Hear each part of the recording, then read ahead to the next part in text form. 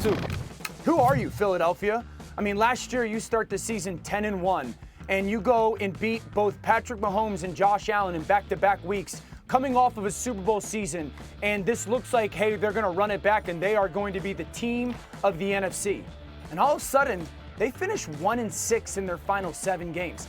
And in that 7-game stretch, they got outscored by 82 points, a complete 180 disaster. I don't think that it's unfair to say we don't really know who the Philadelphia Eagles are with Nick Sirianni and Jaylen Herz as that head coach and quarterback duo. Well, Jaylen Herz just said, though, they have 95%. I'm sorry, Jaylen Herz just said, though, they have 95% new offense. So they ripped up everything that they had last year from Brian Johnson. Jeff, how is this team going to figure out a way to get back to where they were 2 years ago?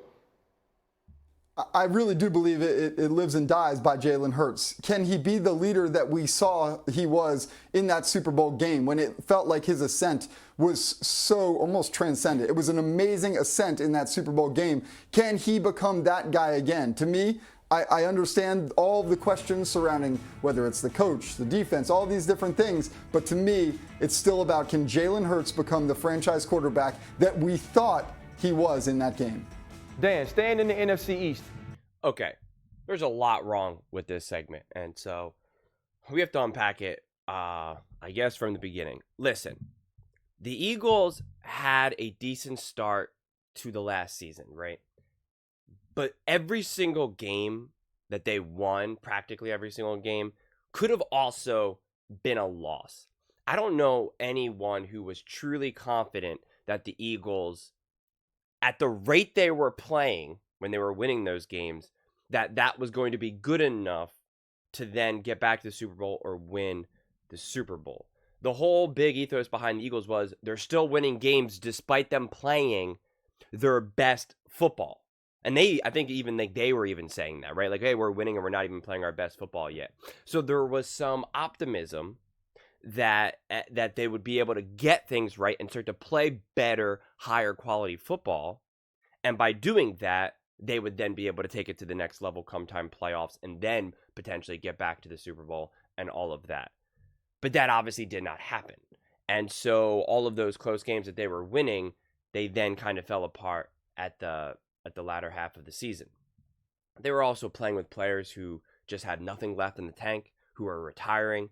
Jaylen Herz was banged up. Of course, going into the playoffs, and A.J. Brown wasn't even playing because he was hurt.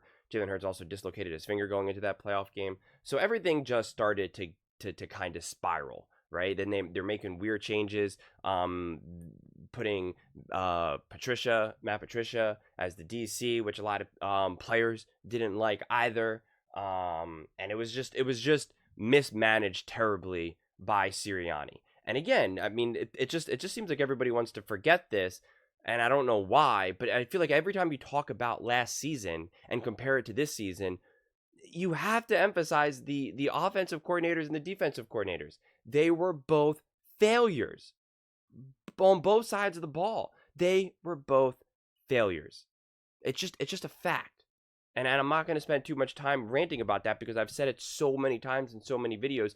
But the fact is that it should be said in every single segment when talking about last year and comparing it to this year and who do we think the Eagles are going to be. It was an absolute failure. Okay, play calling was terrible. Defense was old and unorganized. I mean, there was just nothing. And then they make those changes at the very end of the season, and it's just like, well, of course they look even worse. Because now it's just like you're trying to do something new at this part of the season, and it's just not going to work. So, and again, I'm not even interested in focusing on last season anymore because who cares? It's last season at this point. But this season, this idea that they're going to live and die by Jaylen Herz, I also wholeheartedly disagree with that. Teams aren't successful when they have to live and die by their quarterback, okay? Even the Kansas City Chiefs don't live and die by Patrick Mahomes. When you see the Bills try to live and die by Josh Allen, and look how far that gets them. They put too much on Josh Allen's plate, and he can only get so far. His wide receivers need to catch the ball. His offensive line needs to buy them time. His defense needs to play good defense. And when his field goal kickers need to kick field goals. And when they don't do that, they can only go so far. Josh Allen can only do so much. Despite his best efforts, the Bills have only been able to be so successful. So this idea that they're going to just live and die by Jalen Hurts, I wholeheartedly disagree. And you have to look at the decisions that they've made. Of course, the biggest acquisition is getting Saquon Barkley. That by definition, by getting Saquon, by definition, is the Eagles saying, we are not going to live and die by Jalen Hurts because we know that doesn't lead to success with any quarterback. You wouldn't have gotten Saquon Barkley. You wouldn't have spent that money on Saquon Barkley. So it makes no sense. So who are the Eagles going to be? The Eagles are trying to become, and this is in a way what they were, just not fully, kind of who the 49ers have been under Shanahan. A much more progressive and innovative offense with a lot of motion and a lot of moving parts, establishing a run game, but a creative run game, not just handing the ball off, right? A more dynamic Christian McCaffrey style run game, which is what they can have with Saquon Barkley. And they have amazing, great, and elite wide receivers. They have great 1 and 2 wide receivers. I mean, that's indisputable. A great offensive line, an incredibly smart quarterback who can make throws that many quarterbacks cannot. Whether you want to say Jalen Hurts is a top 5 quarterback, that's fine. I'm not here to argue that. You can make the arguments one way or the other, and I'm totally okay with that. But it can't be denied that Jalen Hurts, even if he can't do everything that puts him in a top 5, he can still do many things that a lot of other quarterbacks cannot do. And that's what makes Jalen Hurts special, right? And so I think, again, if you put Jalen Hurts' skill set and his dynamic quarterback play, the 49ers definitely could have won a Super Bowl or 2. I mean, that much is a guarantee. I mean, if you replace Jimmy Garoppolo and put Jalen Hurts up there, yeah, the 49ers win with Jalen Hurts there. I mean, everything Jimmy Garoppolo can do, Jalen Hurts can do better. And Jalen Hurts has the ability to actually run, extend the play, move around the pocket. So it's just like, to me, that is what the Eagles are going to be trying to do. They're going to try to do, in a lot of ways, what the offense looked like for the 49ers this past year, but with a much more dynamic quarterback in Jalen Hurts. So it's going to be really interesting to see. I think, like I said, it's going to be a lot more of a more modern, progressive offense, which last year, it was not like that at all. It was just like there was no imagination. The play calling was just so suspect every single game. The play designs were, that's why they threw out 95% of the playbook, because the playbook was garbage. There were never any players open for Jalen Hurts to throw to. It's impossible to win games that way. And not to mention, when Jalen Hurts was able to get the ball to, say, A.J. Brown, Devontae, whoever, they were just immediately tackled. They were immediately hit. It was just caught, boom, done. So there was just nothing there for them. And that was one of the things that people take away from Brock Purdy. They say, oh, well, Brock Purdy just throws the ball and then the players just do the rest, which is not necessarily accurate either, but it's the opposite for the Eagles. They get the ball and then there's nothing more after that. So the Eagles needed to hit that reset button, and they're fortunate enough to be able to do it with the foundation of some unbelievable pieces. Okay, A.J. Brown, Devontae, Jalen Hurts, Saquon Barkley, Goddard. Like, they have some true weapons. Now, I do agree. I'm not a fan of Sirianni. I think Sirianni was pretty much a mistake from day one.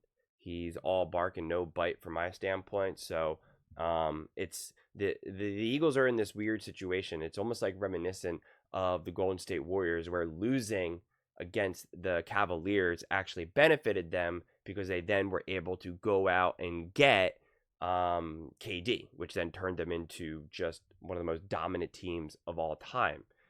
And they would have three-peated if KD didn't get injured. So it's a weird situation where I think the Eagles are going to be significantly better than they were last year and more cohesive, but I don't think it's going to have anything to do with Sirianni. I think Sirianni should have been fired last season. So it's going to be really interesting to see. I feel like potentially anything short, like if this team really turns it around and they play significantly better, it'll highlight just how little impact Sirianni actually has on the offense. And I think that there would still be a good chance anything short of maybe say like a Super Bowl win, that they could still fire and move on from Sirianni. But I don't know, because at the same time, it's like if Kellen Moore really changed that offense around and Kellen Moore's like, hey, I'll stick around, then maybe you could run it back again. But I really do believe that the Eagles are going to be significantly better. And I think it's just going to be glaringly obvious what the problems were last year and how those problems have been fixed this year. But it is always funny to see in the comments everyone talking so much trash about the Eagles and how Jaylen Herz is essentially a below average quarterback and, this, that, and the third. And it's just, yeah, it's so funny how 1 minute everyone's so high on someone, the next minute they're so low. And it's like, well, then what's the reality? What's the situation here? But those are just my thoughts. I would absolutely love to hear yours. What do you guys all think? Who do you think the Eagles are this season, and do they actually have legitimate Super Bowl? Are they like legitimate Super Bowl contenders?